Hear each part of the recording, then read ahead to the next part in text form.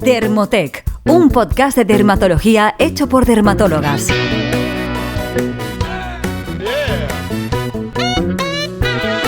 Bienvenidos a un nuevo episodio del podcast de Dermotec. Somos la doctora Sara Gómez, la que os habla, dermatóloga en Barcelona, y Sofía de Asís, dermatóloga en Valencia. Hola Sofía, ¿qué tal? ¿Cómo estás?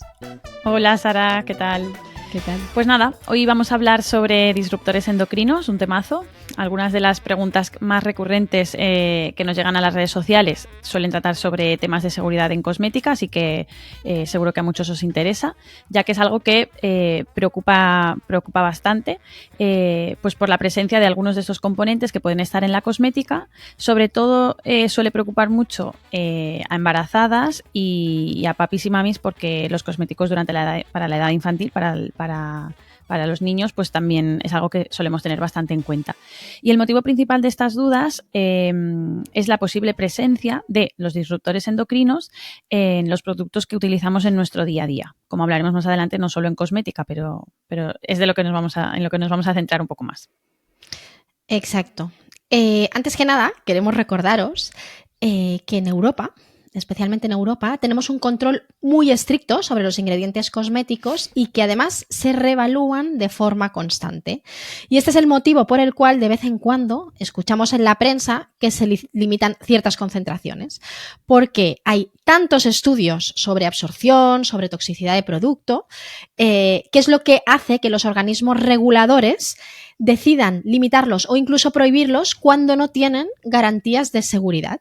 Y esto además nos está confirmando que estas entidades funcionan correctamente. Entonces, a pesar de que hay limitaciones legales, los ingredientes que pueden tener algún efecto endocrino ya se comercializan a concentraciones muy bajas, muy inferiores a lo que podría ser nocivo por un principio de precaución. Por eso se limitan o retiran. Pero sí que queremos que sepáis que en Europa tenemos la suerte de tener una legislación muy estricta, se considera la más estricta del mundo. Y que aunque queremos transmitiros una sensación de calma, no queremos ser alarmistas para nada con este tema, sí que es algo que cada vez vais a oír más. En España yo creo que vamos un poco a la cola de otros países de Europa, Francia o Dinamarca son de los que están un poco más al día, pero sí que, lo que decías antes, sí que vemos que hay una preocupación creciente, que nuestros seguidores y nuestros pacientes, yo todos los días tengo algún paciente que me hace alguna pregunta sobre temas de disruptores o de seguridad en cosmética. ¿No? Es una preocupación creciente, entonces por eso hemos decidido hacer este podcast que llevamos arrastrando mucho tiempo y que la verdad es que nos daba un poco de pereza porque hay que medir muy bien las palabras y yo creo que hay que ser muy cautos con el mensaje porque es muy fácil con estos temas ser alarmista y de hecho por eso por eso creció el movimiento el Clean Beauty de la cosmética natural, de los antitóxicos. Huid siempre del que os diga esta crema tiene tóxicos, compra esta otra. Siempre hay algún interés detrás y interpretar todos estos datos es muy complejo y para eso hay profesionales como toxicólogos, farmacéuticos, químicos, dermatólogos, incluso pediatras, endocrinólogos, por supuesto, incluso ginecólogos, y entre todos pues intentamos estudiar correctamente, dar un mensaje de calma, pero también ser prudentes con la exposición que tenemos a estas sustancias. Así que nada, te dejo hablar sobre. Sí, bueno, lo que queríamos sobre todo dejar claro es que pese a que vamos a tratar este tema, pues que no hay que ser alarmistas, como has dicho tú, Sara, que nosotras nos vamos a ceñir muy estrictamente a lo que dice la ciencia y ya que has hablado del movimiento Clean Beauty, nosotras realmente estamos un poco en contra de este movimiento, que ahora mismo es una tendencia que se basa más bien en la desinformación o en sacar fuera de contexto pequeñas conclusiones, ¿no?, de artículos científicos. Entonces, a lo mejor gente que ni siquiera tiene formación científica o que no saben interpretar estos datos a nivel estadístico, o, bueno, sin formación científica, deciden pues que leen una información y sacan un pequeño titular fuera de contexto y, claro, realmente esto no es informar, es alarmar y dar miedo, desinformar y demonizar algunos ingredientes que, como has comentado, al final esconde una estrategia de marketing para luego ir vendiendo otra serie de productos que, bueno, muchas veces tienen ingredientes más novedosos con los que tenemos menos experiencia y al final productos muy antiguos que han estado durante algunos periodos demonizados, luego se han demostrado seguros y se vienen utilizando desde hace muchísimo tiempo y tenemos mucho más conocimiento sobre las cantidades, los porcentajes y todo de estos productos más antiguos que se han demonizado que no sobre ingredientes nuevos de algunas marcas que se venden como sin tóxicos o, ¿no? Qué desastre. De hecho, hay una plataforma que yo creo que es el claro ejemplo de la demonización de algunos ingredientes y que además, que sepáis que no está desarrollado por ningún científico. La comunidad científica está encima de estas plataformas. No sé cómo siguen siendo legales. Y un claro ejemplo es Yuka, que si no me equivoco está desarrollada por periodistas, que me parece estupendo, pero... No lo sabía. Sí. O sea, conozco la plataforma, pero para temas de alimentación también y tal... Bueno, es un desastre. O sea, lo que hace es clasificar los productos en buenos o malos. Sí, en el semáforo entonces, y tal. Claro, pero sin tener ningún tipo de conocimiento. Entonces, algo muy importante es que, por ejemplo, no tienen en cuenta las dosis de los ingredientes. Claro. Evidentemente, a ver, vamos a compararlo con tomar una cerveza. No es lo mismo tomarte una cerveza que tomarte 10 o 15. O sea, el efecto puede ser totalmente distinto. Pues claro. Con los disruptores pasa exactamente lo mismo. Por eso ahí sí que os pediríamos que intentaseis asesoraros con personas que estén al día y bien formadas y, por favor, que tengan conocimientos científicos. Científicos, que no sean claro, es que gurús. Si no... Exacto. Pero bueno, vamos a empezar describiendo qué es un disruptor endocrino. La definición formal es que son sustancias exógenas o mezclas de sustancias que alteran el sistema endocrino y que causan efectos sobre nuestra salud. Es decir, copian la acción de las hormonas o bien las antagonizan, es decir, hacen una acción contraria o bien bloquean su función. Y el caso más famoso de los disruptores empezó sobre los años 50, aunque en los años 20 ya se empezó a intuir con infertilidad en cerdos por haberse alimentado con moho, con sobrecrecimiento de hongos. Sí que en los años 50 se observó que las hijas de mujeres tratadas con dietilestilbestrol, que era un fármaco para prevenir el aborto y el parto prematuro, pues al cabo de los años, cuando se hacían mayores, estas niñas acababan desarrollando tumores ginecológicos con una alta probabilidad. Y ahí esto encendió, yo creo, que todas las alarmas. Pero ha habido más casos a lo largo de la historia, pero no vamos a entrar en esto. Sí, y aquí en toxicología, esto a mí me recuerda cuando estudiábamos la carrera y hace años, hay conceptos importantes como es la distinción entre el concepto de peligro y riesgo. Peligro es la potencial fuente de daño, o sea, el objeto, digamos. Y el riesgo es una probabilidad. El riesgo es la probabilidad de que este daño se produzca. Entonces, el riesgo que nosotros tenemos al estar en contacto con estos disruptores va a depender un poco de la exposición a este peligro. Y la exposición a este peligro depende pues de la cantidad, de el vehículo, la forma en la que entramos en contacto con este producto, etcétera. Y como has dicho muy bien al principio, hay organismos que regulan esto, determinan las cantidades seguras y siempre tiran muy, muy, muy por debajo para asegurar que no hay estos efectos nocivos. Así es. Bueno, entonces yo creo que todo el mundo está pensando, entonces, ¿dónde voy a encontrar los disruptores endocrinos y cuáles son, no? Pues nosotras estamos hablando de cosmética y sí que queremos dejarnos muy claro que el impacto en cuanto a disrupción endocrina que tienen los cosméticos es muy bajo en comparación, por ejemplo, con la alimentación o con el aire que respiramos o incluso con el ambiente doméstico. Por eso se hace tanto hincapié en que tenemos que ventilar las casas, ¿vale? Este es uno de los motivos. ¿Qué pasa? Que los cosméticos, el uso de un cosmético al final es opcional, ¿no? No tienes por qué ponerte un cosmético, pero sí que necesitas comer. No te queda otro remedio que comer. Y respirar el aire de tu ciudad. Donde te ha tocado vivir, exacto. Y no va a ser lo mismo, pues, grandes ciudades con mucha polución como Barcelona, Madrid o Valencia, ¿no? Donde estamos nosotras, o por ejemplo, vivir en un pueblo. Pero que sepáis que vamos a entrar en contacto con disruptores por muchas vías y algunas nosotros, o sea, como ciudadanos, no vamos a poder manejar demasiado. Modularlas, es cierto, claro. Exacto, es cierto que los cosméticos sí que tenemos la opción de utilizarlos o no, o tenemos más opciones, podemos utilizar unos u otros. Claro. Bueno, pues los disruptores clásicos, los que hace años que se conocen, son el mercurio. Fijaros que en embarazadas y en niños se ha limitado la cantidad de pescado que puede, tipo atún. Los túnidos en general, y cuantos más grandes, peor. Peor, exacto. El pez mantequilla, hay varios que además la OMS sacó una alerta hacia 2018, 2019. Sí. Luego el cadmio, el plomo o el arsénico. Y luego tenemos otros, por ejemplo, pesticidas, insecticidas como el famoso DDT, algunos plastificantes como los talatos o los PFAs, de los que luego hablaremos, o otros con los que, aunque no se utilizan directamente en cosmética, sí que los cosméticos, os explicaremos por qué mecanismo, acaban teniendo trazas de estos, como por ejemplo el bisfenol A, que seguro que os suena porque se habla recurrentemente pues en las noticias y en otros medios. Y luego tenemos también, por ejemplo, los anticonceptivos. Estos son algunos, realmente hay muchos más, pero os estamos mostrando algunos. ¿Y qué efectos reales pueden tener sobre nuestro organismo? Pues alteraciones en el tiroides, infertilidad, obesidad, que esto parece sorprendente, pero hay mecanismos que lo explican y se entienden muy bien, diabetes, alteraciones neurológicas del desarrollo, alteraciones inmunológicas, alteraciones cardiovasculares y cáncer, que esto también claro. En mayor medida. Pero bueno, claro, es que escuchas todo esto y entiendes un poco que la población se interese en el tema y tenga sus dudas o sus miedos, pero nosotras lo que siempre decimos es que al final donde te informes va a marcar la diferencia. Va a marcar que la información, ¿no?, a la que accedes pues tenga una base científica y esté respaldada por estudios. Y realmente en cuanto a todos estos efectos que estamos comentando, hay unos periodos de la vida en los que somos mucho más sensibles a esto, como son el embarazo, la lactancia y los primeros años de vida. Son unas etapas en las que vamos a ser mucho más vulnerables a estos disruptores y por eso va a ser cuando más cuidado y más precauciones debamos tener en estas fases de la vida.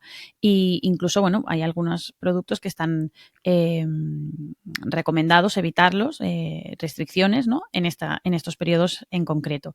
Pero insistimos que al final lo más importante es cuidar los aspectos del día a día más allá de la cosmética. Como hemos comentado, pues la alimentación, evitar los alimentos ultraprocesados, las bebidas azucaradas, los envases de plástico, antes que a lo mejor obsesionarnos con la cosmética donde la exposición es mínima y es externa a través de la piel, que al final recordar que la piel es una barrera que nos defiende de todo lo que hay fuera de nuestro organismo, mientras que lo que inhalamos, comemos y bebemos o fumamos directamente tiene un acceso mucho más fácil a nuestro organismo.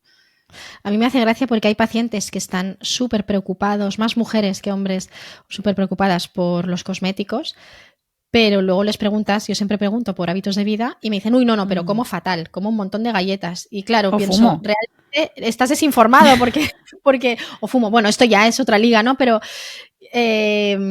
probablemente el papel que van a tener los disruptores por una alimentación rica en ultraprocesados va a ser mucho mayor y por con muchos productos envasados con plásticos y tal, que las cremas que se están... Bueno, ¿no? Sí, pero aquí vuelve a ser un tema de desinformación, porque en cuanto a la alimentación y a la polución, a lo mejor no hay tanta divulgación. En cambio, por el tema este del marketing del clean beauty, del marketing del miedo y tal, hay mucha información, entre comillas, respecto a los disruptores en cosmética y no hay...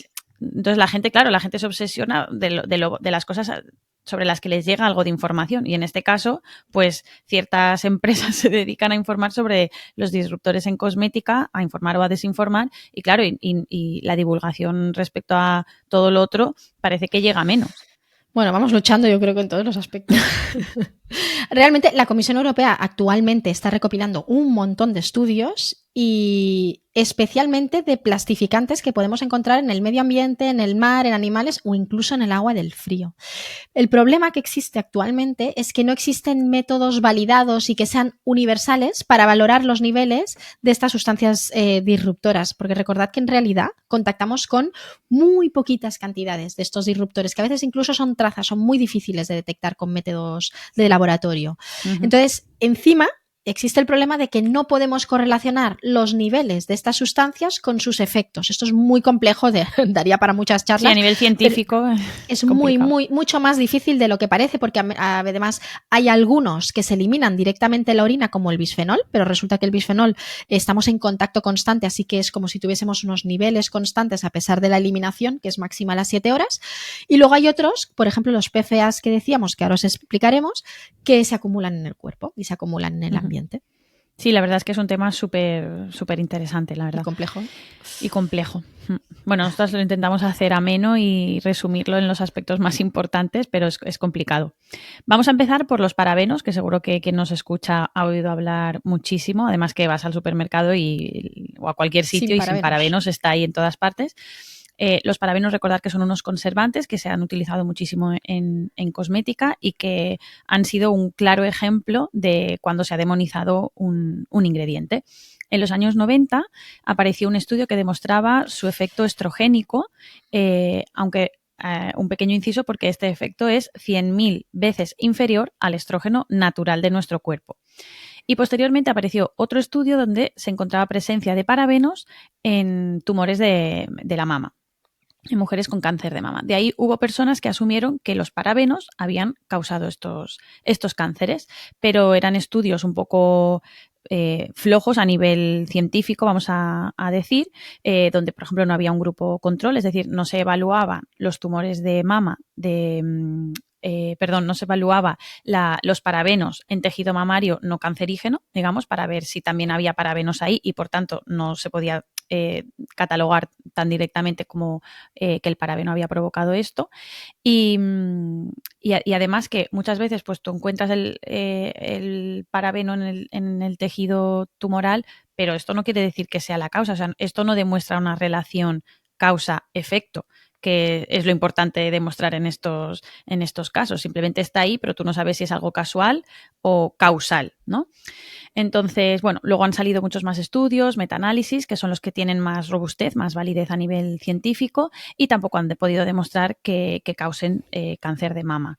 Pero ahora mismo hemos llegado a un punto que creemos de no retorno porque ya tienen tan mala fama que realmente la industria los está utilizando cada vez menos. Parece como que le esté dando validez a estos estudios cuando realmente al final no se demostró esto. Bueno, y realmente lo que está pasando es que se están usando otros conservantes mucho más nuevos, con menos estudios, y que al menos a nivel de irritabilidad y de sensibilidad, la población se está sensibilizando muchísimo, como el catón, que es la metiliso y la metilcloroiso, o el fenoxietanol, que se utiliza muchísimo, pues por lo menos para vender los productos, ¿no? Imagino que lo hacen.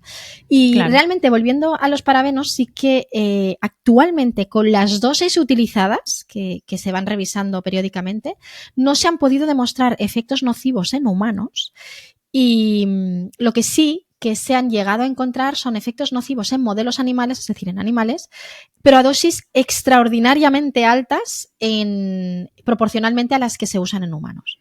Claro, muy por encima de lo que usamos, un humano puede utilizar en su uso diario. Totalmente. Y luego hay varios tipos de parabenos. Entonces, los que se saben que son posiblemente nocivos, estos se han retirado hace tiempo. Ahora se usa sobre todo el etilparabeno, metilparabeno. Hay 4 que son los autorizados. Y luego recordad que vamos a encontrar parabenos en muchos otros sitios como las frutas. Las peras, por ejemplo, son frutas que tienen muchos parabenos de forma natural. Y así pasamos a otra sustancia, encontramos los talatos, ¿vale? Que realmente son unos productos que se utilizan para dar flexibilidad a muchos plásticos. Pensad en cuántos plásticos usamos que tengan una cierta flexibilidad, o sea, está en todas partes. Y entonces nos vamos a encontrar en muchos envases, claramente, en juguetes, en muebles y también en cosméticos, por ejemplo, en esmaltes de uñas, en algunos acondicionadores y productos capilares, en fragancias. El más utilizado es el dietilftalato, aunque la mayoría se han prohibido en cosmética. Y no sé si este también se acabará limitando en cosmética. Claro, todo va evolucionando, pero... Pero bueno, sabemos que son un problema, ¿eh? Y la Comisión Europea está encima de los talatos y de los otros que tienen el nombre raro, los PFAs, que luego os contamos. Ahora hablamos. También existen otros como el triclosan o el triclocarban, que son un clásico en las pastas de dientes y también en los jabones antisépticos. Y aunque como acción antiséptica se sabe que son muy, muy eficaces, muy efectivos, sabemos que se pueden acumular en el ambiente y que además pueden alterar la microbiota o incluso algo peor, que es favorecer las resistencias antibióticas. Por eso se han ido limitando mucho las concentraciones de manera reciente y, por ejemplo, no se recomienda, no se pueden usar en niños, por eso no están en las pastas de dientes infantiles, por ejemplo, ¿no? Bueno, sí, de hecho, por eso cuando adquirimos una pasta de dientes y es para niños, para niños hay un motivo, aparte del tema de las partículas por millón de flúor. pues también hay otras limitaciones que se tienen en cuenta, que la Comisión Europea tiene en cuenta, ¿no? Y además vamos a encontrar alguna variabilidad, por ejemplo, con la FDA, con la regulación que hay, por ejemplo, en Estados Unidos o en Australia o en Asia. Por eso os decíamos que la Comisión Europea es la más estricta de todas. Tenemos mucha suerte. Es una alegría. Sí, no está bien. Y ya pasamos a los filtros solares, que también es un tema súper controvertido. Yo creo que es lo que más nos preguntan. Sí. Existen varios tipos de filtros y lo que hacen habitualmente los cosméticos es combinar varios de ellos para protegernos al máximo del espectro de luz, ¿no? De la radiación ultravioleta, luz visible, infrarrojos. Entonces, el año pasado, en Europa, se han limitado la concentración de algunos fotoprotectores, por ejemplo, de algunos filtros, como serían la oxibenzona 3, que también conocemos como oxibenzona, o del octocrileno. Y además se ha prohibido, de estas se han limitado, pero se ha prohibido de otro componente que se llama 4-metilbenzildien-camfor. Da igual, lo han prohibido. O sea que esto ya no lo vamos a encontrar en cosmética próximamente. Y entonces el pensamiento que tienen muchas veces nuestros pacientes o nuestros seguidores es, bueno, pues entonces ante la duda lo que voy a hacer es no usar filtros químicos u orgánicos, porque el nombre de químico está muy mal encontrado porque yo creo que da sensación de, químico, esto es malo, y más artificial. Con este movimiento químico tóxico, nocivo, ¿no? Bueno, son los orgánicos. Y entonces lo que piensa la gente es, bueno, pues me voy a poner filtros orgánicos. Pero la realidad filtros físicos. Físicos o minerales, lo he dicho mal, perdona. Sí. Entonces la realidad es que hay muchos filtros químicos o orgánicos que no han demostrado, se han estudiado y no han demostrado ningún efecto disruptor endocrino, y ya os daremos, si queréis, en el episodio premium que publicaremos la siguiente semana, ya os daremos algunos ejemplos de productos de empresas que están preocupadas por este tema y que seleccionan filtros que a día de hoy no se ha demostrado que tengan disruptores endocrinos. Y luego, el problema que tenemos con los filtros minerales o físicos es que, además de ser cosméticamente peores, aunque es cierto que con los nanosomados pues hemos encontrado texturas algo más agradables, sí que es verdad que se han llegado a relacionar con ciertos problemas, como por ejemplo la famosa alopecia frontal fibrosante, que es este retroceso de la línea de implantación del pelo, que cada vez vemos más, que cuando nosotras nos formamos y cuando hicimos la residencia, yo creo que apenas veíamos casos, y ahora es alarmante la cantidad de casos que vemos. No se sabe la causa exacta y hay muchas hipótesis, pero una de esas hipótesis es el uso de algún filtro físico. Ya os hablaremos más del tema. Entonces, ante la duda, intentad no contactar el fotoprotector con la línea de implantación del pelo. Pero esto no es ni siquiera una recomendación general porque no está del todo demostrado. Pero bueno, personas que tienen, por ejemplo, antecedentes, sí que valdría la pena. Y en cualquier caso, que sepáis que el uso de los filtros tienen un claro riesgo-beneficio, porque sabemos que es una herramienta muy efectiva para prevenir el cáncer de piel y el fotoenvejecimiento. Y recordad que siempre que vayamos a exponernos al sol tenemos que dar prioridad a las medidas físicas, es decir, gorros, gorras, gafas, sombreros, y complementarlo con estos cosméticos. ¿Vale? Y lo que sí que, sobre todo aquellos que estéis preocupados por este tema, sí que os recomendaríamos que en niños utilicéis fotoprotectores para niños, fotoprotectores infantiles. Y si sois adultos, evidentemente poneros los fotoprotectores infantiles sin problema. Claro. Y pasamos ahora a otras sustancias que se usan como fragancias y que son de origen natural, como el almizcle chileno o el almizcle cetona, que están ya limitados desde hace años, y también algunos aceites esenciales, que aunque son ahora mismo muy populares con todo esto de la cosmética natural, y probablemente sean seguros a las dosis que se utilizan en cosmética, sí que han demostrado tener estos efectos disruptores, como el aceite del árbol de té y el de lavanda. Entonces, aquí tenemos como un ejemplo de que lo que se vende como cosmética natural no siempre va a ser mejor ni siempre va a ser más segura. Bueno, y la gente que los usa en casa o que hace mezclas o que lo aplica a niños, niños y embarazadas, sí que os desaconsejamos totalmente el uso de aceites esenciales y de todos estos productos, pero aquí, claro, la cantidad no está regulada por ningún organismo, lo hace la gente en casa o recetas de estas, de cosmética casera. Sí. Ojo, porque es natural, pero natural no quiere decir que no pueda llegar a tener algún efecto nocivo.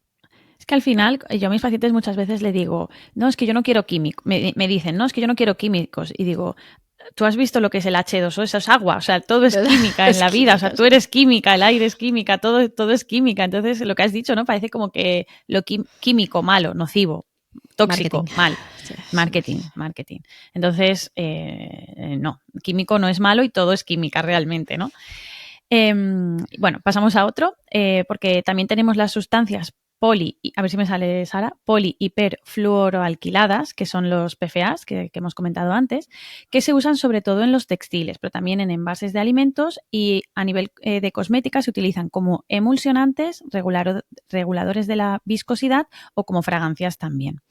Y el problema de estos PFAs es que se acumulan en los organismos, de hecho se les conoce como los eternos disruptores y los podemos encontrar en el medio ambiente, en el agua, animales marinos, en el aire, incluso pues en nuestro propio organismo. Aunque ahora se está intentando, ¿no? Hay movimientos para, ahora coméntalo tú, Sara, Sí, lo que pasa es muy complicado porque es muy difícil eliminarlos del ambiente. De hecho, lo que os decíamos antes, la Comisión Europea cada año hace un fórum donde participan pues, un montón de empresas, de organismos, de ciertos gobiernos. Entonces, este último año, este fue el tema más tratado. Incluso había grandes empresas como H&M o, por ejemplo, hay otras empresas como Decathlon que ya están empezando a desarrollar prendas donde se limita la presencia de estos PFAs y probablemente vamos a ver en el futuro que cambia un poco el panorama y que las prendas, igual que encontramos sartenes sin teflón, ¿no? Que esto es otro disruptor que realmente corresponde a esto, sí que vamos a dejar de encontrarlas en pues las prendas de ropa, sobre todo en las prendas infantiles. Y de hecho lo encontramos sobre todo en algunas prendas sintéticas y en repelentes de agua, o sea, los chubasqueros, ¿no? Esto es sorprendente, sí, bueno, pero si grandes empresas ya están pendientes de esto, al margen del marketing que pueda haber, llama la atención, ¿no? Probablemente sea lo que es esto, el panorama va a ir cambiando seguramente. Y el siguiente ingrediente es el bisfenol A, que aunque no se añade intencionadamente a los cosméticos, como has comentado al principio, es más, se encuentra en el envase, en los envases, en las botellas de plástico, pero tiene una particularidad y es que puede migrar fácilmente a aquello con lo que contacta. Entonces, si el bisfenol A está en el envase de nuestro cosmético, este va a migrar y va a aparecer en la cremita que luego nos vamos a poner. Entonces, bueno, y también lo podemos encontrar en tickets de la compra. Hay varios tipos de bisfenoles, es el más conflictivo, pero bueno, que sepáis que es porque migra, no lo añaden intencionadamente al cosmético, sino que este va a migrar del envase al producto que luego nos vamos a aplicar. Exacto. Esto tiene mucha más implicación en temas alimentarios, pero en cosmética pues tiene su efecto. De hecho, hay una cosa llamada efecto cóctel, que es justamente hacer referencia a esta migración que comenta Sofi, en que el bisfenol A contacta directamente con el continente del envase, especialmente cuando se expone al sol o cuando se calienta, ¿no? Por eso hace años que ya se recomienda no beber el agua embotellada, caliente, que queda un tiempo en el coche. Yo me acuerdo que esto ya es antiguo. Es antiguo, pero era por esto. Que a veces ya no sabes lo que es bulo, lo que es verdad. Cuando empiezas a estudiar dices, vale, pues no era bulo. No, en este caso era verdad. Y cuando no tienes más remedio, pues oye, te la bebes. Bueno, pues que sepáis que probablemente estáis bebiendo un poquito de bisfenol. Un poquito de bisfenol ahí para... Luego este es el que sale en orina. Este es el que sale en orina, pero los estudios más recientes lo que dicen es que la práctica totalidad de la población adulta e infantil, casi el 100%, tenemos niveles detectables de bisfenol en orina de forma constante. Y eso que no se acumula. Sí, o sea, que estamos todo el tiempo... Todo el tiempo entra y sale, estamos en contacto. Por eso somos tan insistentes con que hay que hacer más hincapié en el tema de la alimentación y de hecho donde lo vamos a encontrar de forma muy importante es en las latas, en los enlatados. Por eso hace años, no sé si a ti te llegó estando embarazada, desde hace años se dice que hay que limitar, no puedes tomar más de 1 o 2 latas a la semana, ahora no me acuerdo cuánto era. Bueno, no sé si pues yo me enteré con lo de las latas de atún, pero pensaba que era por el mercurio. Creo que no, ya no creo lo que sé. era por eso. Igual también era por esto. Puede ser. Sí, porque el atún blanco teóricamente no tiene tanto... No tiene tanto, claro. Sí, juraría que era por el bisfenol. Y pues luego, en cuanto a los envases del plástico, esto es muy importante, si os fijáis normalmente en la parte inferior, en zonas que no son muy visibles del envase, aparece un triángulo con un número dentro, ¿vale? Entonces, la numeración es del 1 al 7 y aunque si queréis os lo pondremos por redes sociales porque eso es muy fácil de interpretar, Sí, tengo uno aquí. teóricamente los más seguros, los que son menos, los que no se relacionan con efectos disruptores son el 2 y el 4 y probablemente el 5. O sea, el 2 y el 4 se consideran los más seguros. Y que sepáis que la categoría 7, que corresponde a otros, incluye el bisfenol A. O sea, siempre que veáis una ampollita, yo me he puesto a revisar las botellas de estas Sí, reutilizables estaba de mirando casa. yo una de plástico que tengo aquí, que intento no utilizar de estas de plástico y tengo ahí mi botellita reutilizable para los nenes, pero esta tiene el 1. De acero, mejor. Así que Un 1. no me había fijado, la verdad. Bueno, Mal. no es muy... No, teóricamente no. Yo acabo de eliminar de casa una que tiene no pongo la un marca. 7. No pongas la marca, porque además suelen ser marcas conocidas. Sí, sí. Y luego, tanto. perdón, lo de calentar los tuppers, que no lo he explicado, Ya. también. Lo que hemos hecho toda la vida del tupper en la universidad o el tupper en el trabajo, calentarlo Fatal. en el microondas, fatal. Ya. Yo ya voy con tupper de vidrio, aunque me pesa el doble la mochila. Ya es que el tema de la espalda luego también Sí, cuenta. Y el todo. tema de calentar los biberones a mí me duele en el alma cuando... porque Lo que los pasa es que caliento. el bisfenol se retiró de los biberones hace muchos años. O sea, Ay, qué cuando alegría nosotras me has éramos dado. pequeñas, pero hace años que no se pueden utilizar Vale. en productos Me quedo para más bebés. O sea tranquila. que me quedo más no sé cuál tranquila. se usa, por eso. Porque Algo a las 4 de la mañana, el no baño puedes María pensar no... en esto. No, no. Y no da tiempo de Microondas pensar y en esto. bisfenol para todo. Exacto. No, venga. es broma, pero bueno, que hay que tener precauciones. Y bueno, pues entonces, como veis, estas sustancias pueden estar en todas partes y va a ser extremadamente difícil y complicado que evitemos al 100% el contacto con ellas. Así que ante todo, como hemos dicho al principio, no queríamos alarmar, pues ante todo mantener la calma, evitarlo en la medida de lo posible. Aunque, pues eso, si no se toman ya medidas globales, que eso ya implica cambios, como estábamos comentando, en grandes empresas o a nivel político, va a ser complicado que a largo plazo mejore realmente. Pero sí que es verdad que en la medida de lo posible, con los buenos hábitos de vida que hemos dicho y algunas recomendaciones que daremos ahora, pues sí que lo podemos minimizar, aunque la parte cosmética no sea la mayor fuente de exposición a disruptores con la que convivimos, digamos. Exacto. Hay algo que tampoco hemos comentado y que tampoco está en el guión, perdonad, pero existen artículos, hay varios, que relacionan el efecto de algunos disruptores, especialmente del bisfenol A, en estudios que se han hecho en adolescentes, especialmente en aquellos que tienen peor alimentación, más rica en ultraprocesados, en que se relaciona la presencia del bisfenol con acné y con más brotes. Son artículos bastante complejos, pero quiero decir que hay evidencia en cuanto al efecto de algunos disruptores en patología dermatológica, que es la que a nosotras nos afecta. Mi percepción es que en España estos temas todavía a nivel de la comunidad científica es como que vamos un poco a la cola de otros países como Francia o especialmente de Dinamarca, que están tan preocupados por este tema desde hace mucho tiempo que incluso han creado organismos a los que se van adheriendo otros países como Bélgica, bueno, países del centro de Europa, y van muy adelantados, van tan adelantados que se adelantan a la legislación y son los que van haciendo propuestas y van empujando un poco a la Comisión Europea para que vaya fijándose en ciertos aspectos y van generando un poco de preocupación e interés, y es probablemente uno de los factores que hace que toda esta temática vaya avanzando. Muy bien, la verdad que sí. Y bueno, pues como pequeño resumen, ¿no? ¿Qué podemos hacer nosotros desde casa y qué dice la ciencia, ¿no? Resumen, atentos. Esto está sacado de artículos científicos, no son consejos de Instagram de gurús de la salud. Ciencia. Que lo sepáis bien. Resumen de la ciencia. Sí. Lo primero, evitar envases de plástico en los alimentos si es posible. Verificar los códigos de reciclaje en el fondo de los recipientes de plástico, este triangulito que hemos comentado. Evitar calentar nuestros alimentos en el microondas dentro de recipientes de plástico, ya sean tuppers o en el mismo recipiente en el que viene ese alimento. Si podemos, es preferible pues usar envases de vidrio, cerámica, acero inoxidable, sobre todo para los alimentos que vayamos a calentar. Evitar el contacto con todos los tickets, recibos, tickets de compra, etcétera. Y en general, esto va en la misma línea, pues optar por alimentos frescos, evitar los ultraprocesados, los enlatados, como hemos comentado. Y otra cosa que puede ayudar es evitar utilizar jabones con mucha fragancia, pero bueno, y aclarar bien las manos antes de ir a manipular ciertos alimentos, y optar por productos lácteos y carnes bajas en grasa, porque teóricamente estas sí que tienen los talatos. por el cúmulo de los ftalatos en la grasa. Y luego también la famosa recomendación de evitar el uso de sartenes antiadherentes que incluyan teflón, ¿no? Que esto cada vez lo indican más, ¿eh? Lo que pasa que es verdad que son sartenes que se pegan. Pero bueno, y sobre todo todas las sartenes rayadas que a veces acumulas y que utilizas durante años y años, teóricamente cuando se rayan, se recambian. Esto yo es una medida que ya he adoptado hace un tiempo y es muy cara. Luego, exacto, es lo que te iba a decir, madre mía. Muy caro, pero bueno, vamos a hacer lo que podamos, ¿no? Esto está en nuestra mano.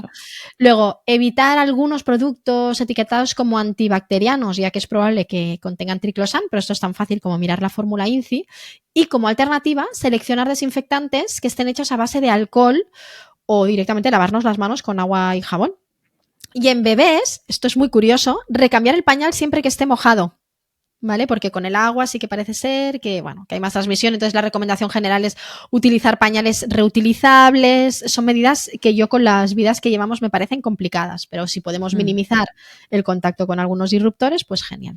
Luego seleccionar telas que no sean sintéticas en los niños. Bueno, hay un montón de medidas que podríamos comentaros. Y luego, para acabar, recordaros que os vamos a dejar un episodio premium con una selección de productos cosméticos teóricamente libres de disruptores, que esto no quiere decir que los que no aparezcan en nuestras recomendaciones lleven disruptores o sean peligrosos, porque recordad que cuando hablamos, por ejemplo, de la benzofenona se limita a niveles que se sabe que son seguros. No quiere decir que si estáis usando un fotoprotector con un octocrileno, benzofenola, homosalato, que no hemos comentado, pero bueno, con algunos de estos ingredientes vayáis a tener algún problema, pero en etapas vulnerables como el embarazo, la lactancia, los primeros años de vida, sí podemos, vamos a intentar en la medida de lo posible evitarlos, que es mejor usarlos que quemarnos, claramente. Exacto, esto está claro.